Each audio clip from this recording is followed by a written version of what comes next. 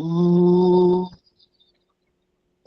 भूर्भुवः स्वः तत्सवितुर्वरेण्यं भर्गो देवस्य धीमहि धियो यो नः प्रचोदयात्। असतो मा सद्गमय तमसो मा ज्योतिर्गमय मृत्योर्मा अमृतङ्गमय। ॐ सहनावतु सहनौ भुनक्तु सह वीर्यं करवावहै तेजस्विनावधीतमस्तु मा विद्विषावहै। ఓం శాంతి శాంతి శాంతి. నమస్తే అమ్మ, అందరికీ నమస్తే. నమస్తే. మనం సాంఖ్య దర్శనములో 5వ అధ్యాయంలో ఉన్నాము. వివిధ గురువుల అభిప్రాయాలని తెలుసుకుంటూ ఇక్కడ వ్యాప్య వ్యాపక సంబంధము వలన కూడా, అనగా జీవుడు ఎందుకు సృష్టికర్త కాలేడు, కర్మఫలాలను ఎందుకు ప్రసాదించలేడు అనేది తెలుసుకుంటూ ఈరోజు భృత్య ద్వారా సామ్యాధిష్ఠతిర్ నైకాంతాత్, అనగా జీవుడు ఏకదేశి, పరమాత్ముడు సర్వవ్యాపకుడు గనక జీవేశ్వరుల యొక్క స్వామిత్వ భృత్యత్వ సంబంధము వలన, ఏకదేశి వలన, అల్ప సామర్థ్యము వలన జీవుడు కర్మఫలాలను ఒసంగువాడు కాలేడు. అటులనే వేదములను కూడా ఉపదేశించజాలడు, అంటే వేదములను రచింపజాలడు. అటులనే సృష్టికర్త కూడా కాలేడు అని చెబుతూ మరొక ప్రశ్న ఇక్కడ అడుగుతున్నాడు. సమాధి, సుషుప్తి, మోక్షం మూడు ఒకటేనా లేదా వేరా అని అడుగుతున్నాడు. సమాధి, సుషుప్తి, మోక్షేషు బ్రహ్మరూపత, ఈ మూడు ఒకే స్థితిలో ఉన్నాయా లేదా వేరు వేరుగా ఉన్నాయా అనేది ఇక్కడ మనం తెలుసుకోవాలి. ఎందుకంటే జీవుడు జాగ్రత్త అవస్థలో ఉంటాడు, స్వప్న అవస్థలో ఉంటాడు, సుషుప్తి అవస్థలో ఉంటాడు. అలాగే సమాధి అవస్థను కూడా జీవుడు పొందుతూ ఉంటాడు. అయితే జాగ్రత్త అవస్థలో స్థూల దేహ ఇంద్రియ వ్యాపారం ఉంటుంది. నేను గత చాలా రోజుల క్రితం కూడా మీకు ఈ విషయాన్ని నిరంతరము చెబుతూ వచ్చాను, నెమర వేసుకోండి. జాగ్రత్త అవస్థలో జీవుడు ఇతరులతో లేదా ఇంద్రియ వ్యాపారాలతో చాలా వ్యస్తముగా ఉంటాడు. అవి సంస్కారంగా మారొచ్చు, ఒత్తిడిగా మారొచ్చు, చిరాగ్గా కూడా ఉంటది. కాబట్టి జాగ్రత్త అవస్థలో ఉన్నటువంటి స్థితి స్థూల ఇంద్రియాలతో సంబంధం ఉంది, అంటే స్థూల గోళాలతో. కానీ స్వప్న అవస్థలో స్థూల గోళాలతో సంబంధం ఉండదు. తనలోనే తాను స్వప్నమును ఊహలోకి వెళ్తూ ఉంటాడు. అంటే సూక్ష్మ శరీరముతో వ్యాపారం చేస్తూ ఉంటాడు. జాగ్రత్త అవస్థలో సూక్ష్మదేహముతో అనుసంధానమై స్థూల దేహముతో వ్యవహారం చేస్తాడు. స్థూల దేహముతో కార్యరూప జగత్తుతో అతను వ్యాపారం అంటే ఆ విధమైనటువంటి వ్యవహారం చేస్తూ ఉంటాడు జాగ్రత్త అవస్థలో. స్వప్న అవస్థలో కార్యరూప జగత్తు ఉండదు, అలాగే వివిధ వ్యవహారాలు ఉండవు, స్థూల ఇంద్రియ వ్యాపారం ఉండదు. స్వప్నములో అనేక ఊహలుంటవి. ఇక సుషుప్తి అవస్థలో కార్యరూప జగత్తు వ్యవహారం ఉండదు, స్థూల ఇంద్రియ వ్యవహారం ఉండదు, సూక్ష్మ ఇంద్రియ వ్యవహారము కూడా ఉండదు. తనలో తాను ఉంటాడు. కనుకనే మనం గాఢ నిద్ర నుంచి లేవగానే నేను ఈరోజు సుఖ అని ఒక అనుభవాన్ని వ్యక్తపరుస్తూ ఉంటాడు. మరి సుషుప్తి స్థితికి సమాధి స్థితికి ఉన్న వ్యత్యాసం ఏంటి? అటులనే మోక్షం. నిజముగా లోకమున మోక్షము అనేది ప్రత్యక్షముగా ఎవరు చూడట్లే. సమాధి ఉంది, సుషుప్తి ఉంది. అంత మాత్రాన మోక్షము ప్రత్యక్షముగా అగుపడట్లేదు కాబట్టి ఆ స్థితి లేదనడానికి వీలు లేదు. ప్రపంచమున ప్రతి వస్తువు చూడ్డానికి వీలుండదు. కొన్ని మనం స్పర్శ ద్వారా తెలుసుకుంటాం, కొన్ని మనం శబ్దము ద్వారా తెలుసుకుంటాం, కొన్నింటిని మనం ఘ్రాణము ద్వారా తెలుసుకుంటాం, కొన్నింటిని మనం ఆస్వాదించి తెలుసుకుంటాం. కంటికి కనిపించనంత మాత్రాన లేదా అందులో వాసన లేనంత మాత్రాన, రసము లేనంత మాత్రాన ఆ పదార్థాలు లేవు అనడానికి వీలు లేదు. అటులనే మోక్షము ఇంద్రియాలకు ప్రత్యక్షం కాలేదు గనక మోక్షలోకము కూడా ఒకటి ఉంటుంది, లేదు అనడానికి వీలు లేదు. అంటే ప్రతి వస్తువు ఉంటే కనబడాలి. మోక్షం ఎవరు చూడరు గనక లేదు అనడానికి వీలు లేదు. లేదేమో అంటే ఈ సంశయం వద్దు అంటాడు. మరి సుషుప్తి అవస్థకి సమాధి అవస్థకి మోక్ష అవస్థకి ఉన్న వ్యత్యాసం ఏంటి అంటే, సుషుప్తిలో జీవుడు తన స్వరూపములో ఉంటాడు. కానీ సమాధి అవస్థలోకి వెళ్ళినప్పుడు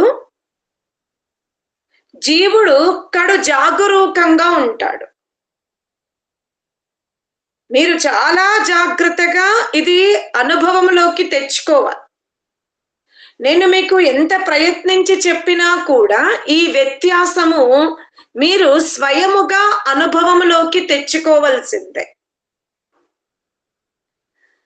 సుషుప్తిలో జీవుడు తనలో తాను ఉంటాడు. కానీ సమాధిలో జీవుడు కడు జాగరూకంగా ఉంటాడు, మేలుకొని ఉంటాడు. అతను ఆ సమాధి అనే ఆ మస్తిష్క భాగం అనే గుహలోకి ప్రవేశించేటప్పుడు జీవుడు చాలా జాగ్రత్తగా ఆ దారిలో వెళ్తాడు. అంటే సంకల్ప శక్తితో వెళ్తాడు. సుషుప్తిలో సంకల్ప శక్తి ఉండదు. కానీ సమాధిలో ఒక నిశ్చయ స్థితి నుండి వెళ్తాడు, సంకల్ప శక్తితో వెళ్తాడు. ఏమిటి? నేనిప్పుడు కార్యరూప జగత్తు నుండి నా స్థూల గోళాల యొక్క వ్యాపారాన్ని నేను నిలిపివేయాలి అని సంకల్పించుకుంటాడు. ఎలా ఒక మాత, ఒక తల్లి బిడ్డలని బయటకు తీసుకెళ్ళకూడదు అనుకున్నప్పుడు వారికి తగిన భోజనాదుల వ్యవస్థ చేసి సూచన ఇచ్చి పిల్లల ఇంట్లోనే క్షేమముగా ఉండేలాగా ముఖద్వారమునకు మాత్రము తాళము వేసి సర్వ జాగ్రత్తలు తీసుకుని తల్లి బయటకెళ్తుంది. అటులనే జీవాత్మ మస్తిష్క భాగమున గల హృదయములో పరమాత్మునితో అనుసంధానమవుతున్న సమయములో తన సూక్ష్మదేహ వ్యవస్థని, స్థూల దేహ వ్యాపారాన్ని అన్నింటిని కూడా జాగ్రత్తగా వ్యవస్థ చేసుకుని, నేను కొంత తడువు మీ నుండి దూరం అవుతాను అని సంకల్పించుకొని అది సమాధిలో మమైకం అవుతుంది పరమాత్మునితో. సుషుప్తిలో గాఢ నిద్ర పడుతున్న మనం కొద్దిసేపటి తర్వాత మీరు గమనించుకోండి, సుషుప్తిలో ఉంటాం, మళ్ళీ స్వప్నంలోకి వస్తాం. మళ్ళీ స్వప్నము నుండి దోమలు కుడుతున్నాయి, చెద్దరు వేసుకోవడము, తలుపు పెట్టుకున్నామా లేదా, ఇవన్నీ వేగంగా జరుగుతూ ఉంటవి. కానీ సమాధిలో జీవుడు అలా కాదు, చక్కగా వ్యవస్థ చేసుకుంటాడు. విఘ్నము కలగకుండా ధారణ ధ్యాన స్థితిని చాలా జాగ్రత్తగా పరిశీలించుకుంటాడు. సంకల్పముతో వెళ్ళాడు గనక దానికి తగిన నీరు, తగిన వాయువుని, తగిన ఆసనమును అన్నింటిని కడు జాగ్రత్తతో చేసుకుని సమాధిలో కూర్చుంటాడు. ఎప్పుడైతే జీవుడు సమాధిలో కూర్చుంటాడో ఆ సమాధిలో జీవుడు పరమాత్మునితో ఏకమైనప్పుడు స్థూల దేహములో ఏదైనా దుర్ఘటన జరగకుండా ఉండడానికి రక్షకుడుగా పరమాత్ముడు ఉంటాడు. ఎందుకంటే తన సంపత్తి యొక్క సురక్షిత వ్యవస్థను పరమాత్ముని నాయకత్వంలో చేసుకుంటాడు. సుషుప్తిలో జీవుడే నాయకుడుగా ఉంటాడు శరీరానికి, కానీ సమాధిలో అటుల కాదు, పరమాత్మునితో అనుసంధానమై ఉంటాడు. ఆ సమాధి స్థితిలో పరమాత్మునితో ఆలింగనము జరుగుతున్న సమయములో, పరమాత్ముని యొక్క సాక్షాత్కారం చేసుకుంటున్న సమయములో జీవుని యొక్క ఏదైతే సూక్ష్మదేహ వ్యవస్థ ఉందో, స్థూల దేహ వ్యవస్థ ఉందో, సర్వం పరమాత్ముని ఆధీనములో ఉంటది. సుషుప్తిలో జీవుని ఆధీనములో ఉంటది, సమాధిలో పరమాత్ముని ఆధీనములో ఉంటది. అందుకనే సమాధి స్థితిలో మృత్యువు రాదు, జీవాత్మ స్థూల దేహాన్ని వదిలిపెట్టదు. కొన్నిసార్లు గాఢ నిద్రలో ఉంటున్నారు, పడుకునే ప్రాణం పోయింది అంటే అక్కడ ఆ సమయములో జీవుడు శరీరానికి అధిపతిగా ఉన్నాడు. కానీ సమాధిలో ఈ వివిధ దేహాలకు అధిపతి జీవుడు కాదు, పరమాత్ముడు ఉంటాడు. అందుకనే జీవాత్మ సమాధిలో ఉన్నప్పుడు స్వేచ్ఛగా, స్వతంత్రముగా, లేశమాత్రము కూడా ఒత్తిడి లేకుండా అద్భుతమైనటువంటి స్థితిలో ఉంటది. మీరు మీ పిల్లలను మీ భర్తకు అప్పజెప్పేసి మీరు బయటకు వెళ్తే మీకు పిల్లల గురించి ఒత్తిడి ఉండదు. అదే భర్తకు అప్పజెప్పకుండా మీ యాజమాన్యములో పిల్లల్ని ఇంట్లో వదిలేస్తే మీరు బయటకు వెళ్ళినా మీకు ఇంటి మీద ధ్యాస ఉంటుంది. కానీ అక్కడ మీరు యాజమాన్యం అన్యులకు ఇచ్చి ఉంటే ఆ అవకతవకలంతా అన్యులే చూసుకుంటారు. అదే స్థితి సమాధిలో జీవాత్మకు ఉంటుంది, సుషుప్తిలో ఇటులో ఉండదు, ఈ విధముగా ఉండదు. ఇక ఆ తర్వాత మోక్షం. సమాధికి సుషుప్తికి వ్యవస్థ అంతరాయం మనకు అర్థమైంది, వ్యత్యాసం అర్థమైంది. మరి మోక్షమునకు సమాధికి ఉన్న వ్యత్యాసం ఏంటి? సమాధిలో సూక్ష్మదేహము చాలా శిథిలముగా ఉంటుంది. చాలా జాగ్రత్తగా తెలుసుకోండి. సూక్ష్మదేహములో మలినాలు తగ్గుముఖములో ఉన్నవి, రాగద్వేషాలు లేవు. దాన్ని ఆ సూక్ష్మదేహముతో కార్యం చెయ్యడు ఇక సమాధిలో. కానీ స్థూల దేహములో ఉన్నాడు జీవుడు. స్థూల దేహము వదిలిపెట్టలేదు జీవుడు, ఇంకా సూక్ష్మదేహాన్నే విచ్ఛిన్నం చేసుకుంటున్నాడు. సూక్ష్మదేహాన్నే చాలా శుద్ధిపరుచుకుంటున్నాడు, తేలికగా మార్చుకుంటున్నాడు. ఎందుకంటే స్థూల దేహము మాతాపితరుల సంయోగము ద్వారా లభించింది. దాని వ్యవహారము తెలుసు.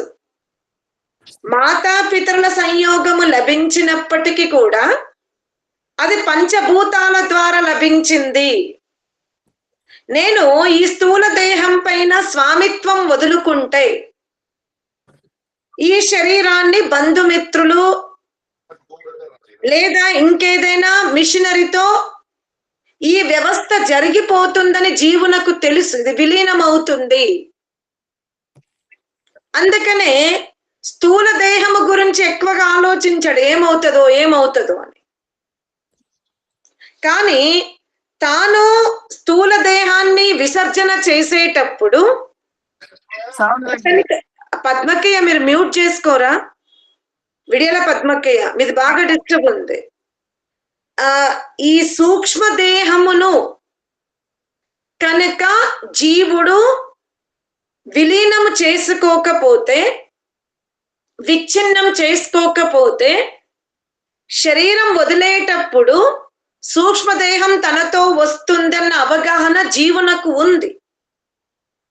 అందుకనే అతను ఆ స్థూల దేహములో ఉంటూ పరమాత్ముని సహాయముతో, శాస్త్రోపాయముతో, ప్రాణాయామముతో నిరంతరము జ్ఞానాగ్నిని వెలిగించుకొని ఆ సూక్ష్మదేహాన్ని విచ్ఛిన్నం చేసుకుంటాడు.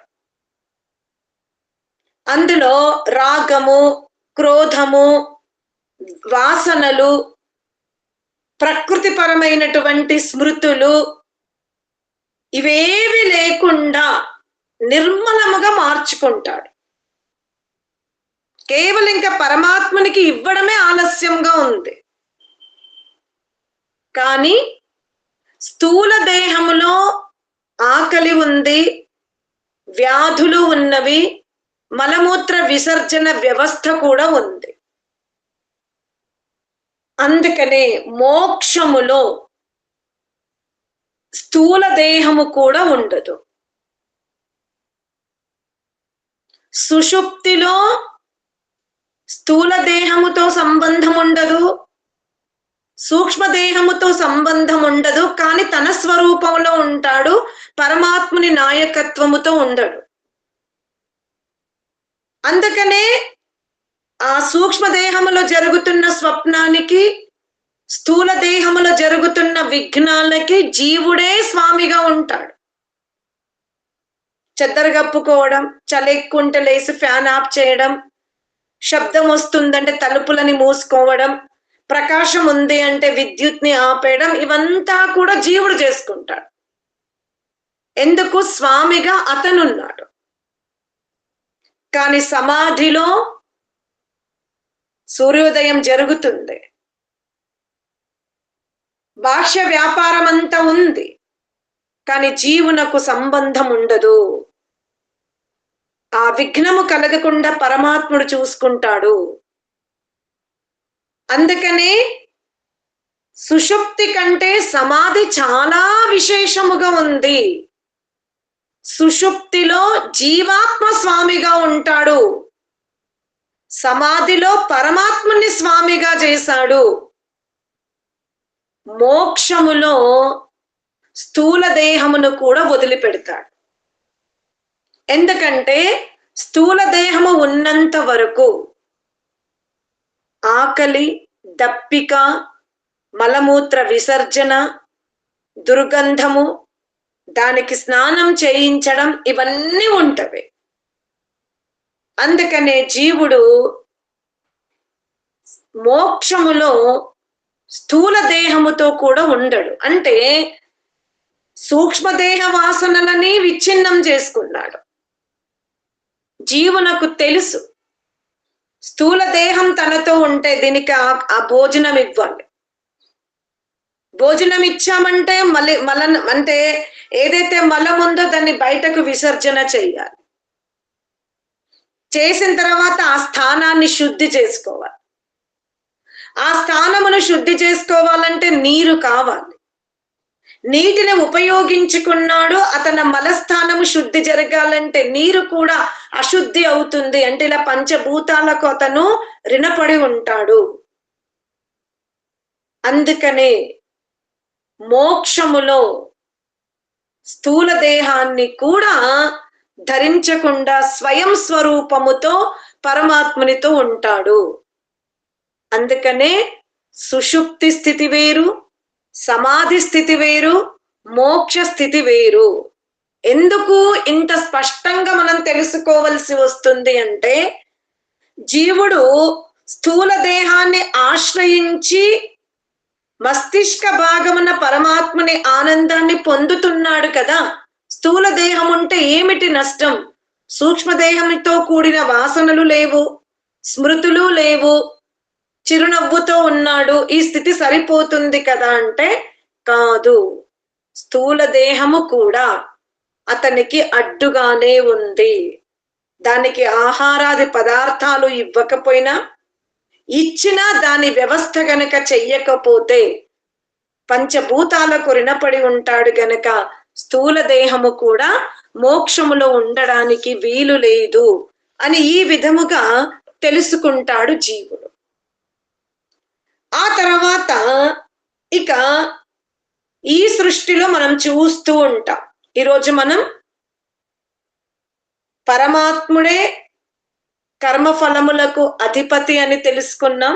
దేనివల్ల అంటే జీవుడు ఏకదేశి, అల్ప సామర్థ్యుడు, మోక్షములో ఉంటే మానవీయ సృష్టిలో ఉండడు, మనుష్య దేహములో ఉంటే మోక్షములో ఉండడు, క్రిమికీటకాది దేహాదుల యందు ఉండడు. అతను రాకముందు కూడా ఈ సృష్టి ఉంది, అతని తర్వాత కూడా సృష్టి ఉంది గనక ఈ విధంగా మనం చర్చించుకొని ఒక నిర్ణయానికి వచ్చాం. సృష్టికర్త జీవుడు కాలేదు, కర్మ ఫలాలను కూడా జీవుడు ప్రసాదించలేడు. చివరికి వేద జ్ఞానమును కూడా కేవలం మంత్రద్రష్ట కాగలుగుతాడు, దానిపైన వ్యాఖ్యానం చెయ్యగలుగుతాడు. శ్రవణము, శ్రావణము, పఠనము, పాఠనము ద్వారా దీన్ని వ్యాప్తికి తోడ్పడతాడు. కానీ బీజ రూపములో మాత్రం స్వామి పరమాత్ముడే అని తెలుసుకొని మళ్ళీ మనం సమాధి స్థితిని, సుషుప్తి స్థితిని, మోక్ష స్థితిని కూడా తెలుసుకున్నాం. కావున నిద్ర వేరు, స్వప్న స్థితి వేరు, సుషుప్తి స్థితి వేరు, సమాధి స్థితి వేరు, మోక్ష స్థితి వేరు అని తెలుసుకున్న తర్వాత ఇక్కడ ఇంకొక ప్రశ్న వస్తుంది. ఏమిటి అంటే ఈ లోకమున భూమిని ఛేదించి వచ్చే యోనులున్నవి, వృక్షాల మీద పుష్పములుగా పుట్టి పండుగా మారి, అంటే కాయగా పండుగా మారి, ఇలా అనేక జీవ ఉత్పత్తి కనబడుతూ ఉంది. అంటే ఇక్కడ జీవ ఉత్పత్తి అంటే జీవుడు ఉనికి కనబడుతూ ఉంది. అందుకనే ఏమంటున్నాడు అంటే వృక్షాదుల యందు కూడా జీవుడున్నాడు, లేదు అనడానికి లేదు. ఏవైతే పండు ఉందో అందులో కూడా జీవుడున్నాడు. ఇది చాలా జటిలమైన ప్రశ్న. ఒక వృక్షం మీద అనేక పుష్పాలుంటవి, అనేక పండ్లున్నవి. మరి జీవుడు ఒక్కడా అక్కడ జీవుడు అనేకముల. ఇది మనం తెలుసుకోవలసిన రహస్యం. ఒక చెట్టుని ఆశ్రయించి ఫలపుష్పాదులు ఉన్నవి కాబట్టి ఆ వృక్షంలో ఒక జీవుడున్నాడా లేదా అనేక జీవులు ఉన్నాయా అంటే ఇది చాలా ప్రశ్నించే విషయము, లోతుగా గ్రహించే విషయము. ఆ వృక్షం పైన ఏదైతే పండు ఉందో ఆ పండులో ఉన్నటువంటి ఏదైతే విత్తనం ఉందో ఆ విత్తనం ఎప్పుడు మొలకెత్తుతుంది చెప్పండి. ఇప్పుడు మనం ఒక మామిడి పండు తీసుకుందాం. మామిడి పండులో ఒక పీచ్ ఉంది. అది మొలకెత్తాలంటే దానికి ఏం కావాలి? భూమి మీద నీరు, గాలి, పృథ్వీ, భూమి కావాలి. సూర్యరశ్మి. అంటే పంచభూతాల యొక్క ఆశ్రయం కావాలి. అంటే వృక్షమునందు ఉన్నటువంటి జీవుడు సూక్ష్మ దేహముతోనే ఉన్నాడు కానీ స్థూల దేహముతో లేడు. అంటే వృక్షం అనే శరీరం ఒక్క జీవాత్మకే సీమితం. దానిని ఆశ్రయించి అనేక జీవులున్నవి కానీ జీవులకు మరలా స్థూల దేహము లభించే వరకు కర్మ ఫలము ప్రారంభం కాదు. ఆ తర్వాత ఇంకా చూసుకుంటే ఈ లోకమున వృక్షాలు కేవలం కర్మ ఫలాలను అనుభవిస్తున్నవి.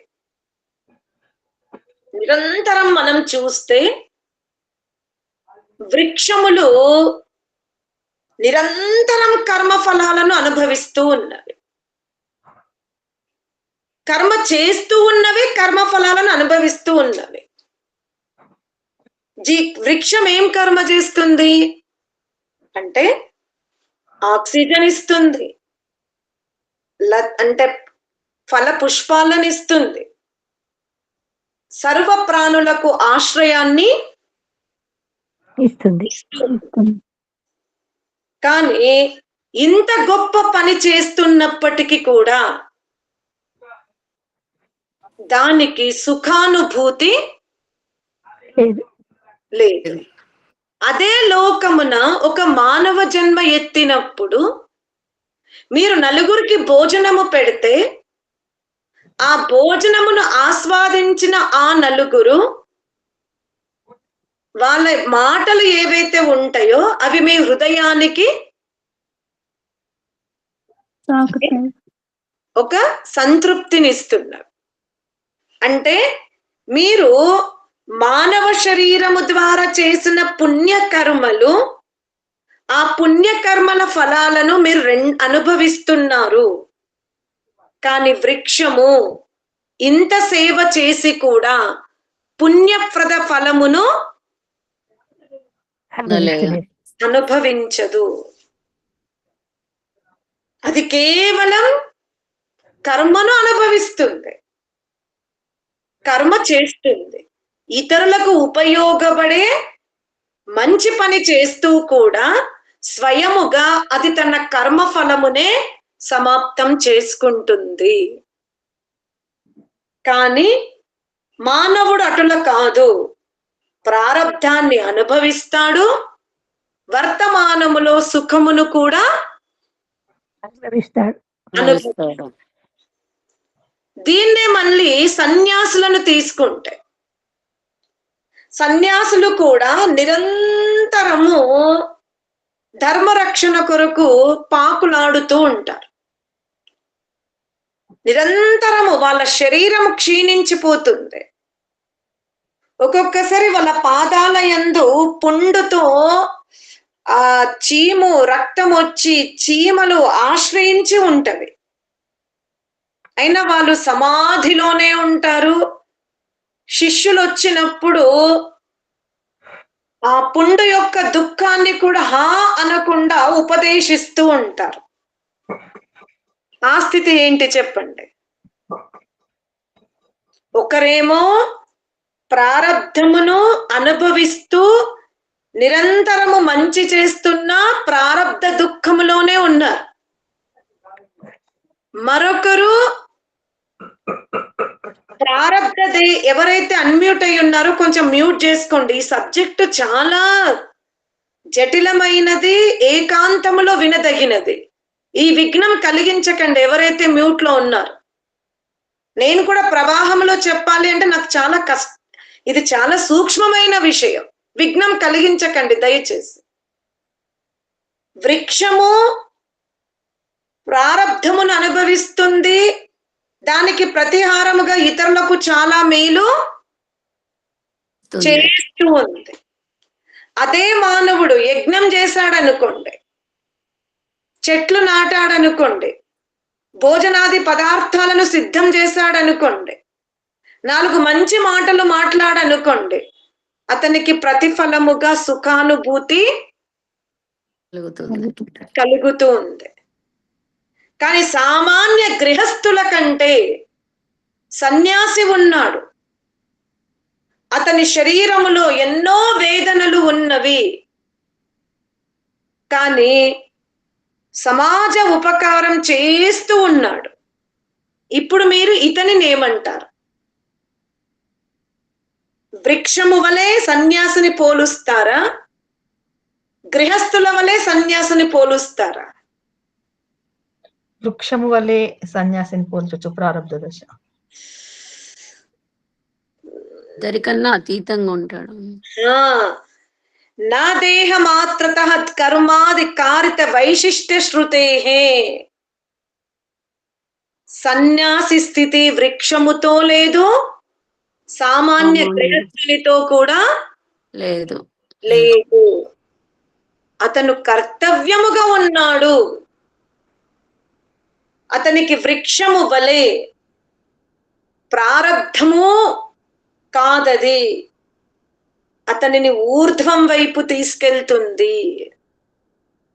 అతను ఈశ్వరునితో అనుసంధానమై ఈశ్వరుని యొక్క ఆనందాన్ని పొందుతూ ఉన్నాడు. వృక్షము పొందుతుందా?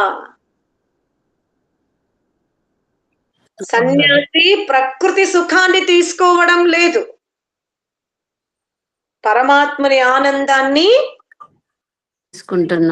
తీసుకుంటున్నాడు. అందుకని స్థూల దేహములో ఎటువంటి దుఃఖమున్నా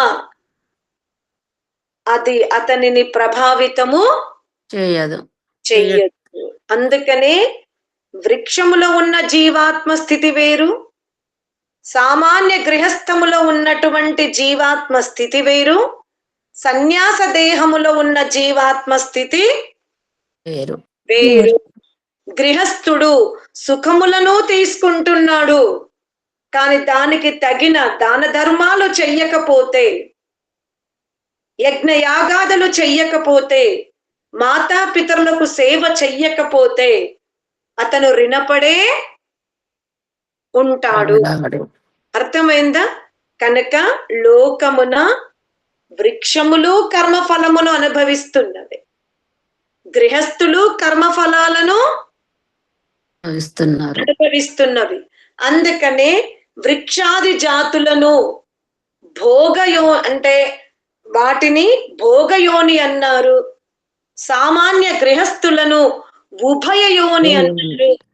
సన్యాసికి ప్రారబ్ధము ఉండదు, అంటే దాన్ని మనం ప్రారబ్ధము అనడానికి వీలు లేదు. అలానే అతను ఉభయయోని కూడా కాదు, అతను ఒక శ్రేష్టమైన స్థితిలో ఉన్నాడు. అతను కేవలం కర్తవ్య కర్మలతో ఆ దేహమున ఉంటున్నాడు. అదే మనకు ఎవరైనా స్తుతించకపోయినా మన స్థితి వేరుగా ఉంటుంది.